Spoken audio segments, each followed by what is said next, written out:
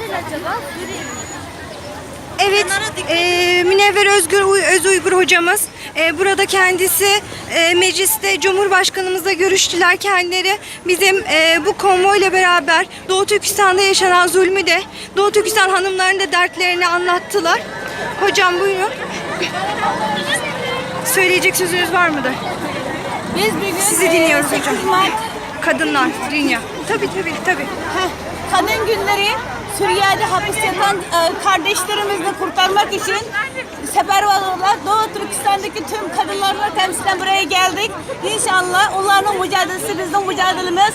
Son ana kadar her bir mazlum kurtulana kadar biz bu davada devam edeceğiz inşallah. İnşallah hocam. Amin.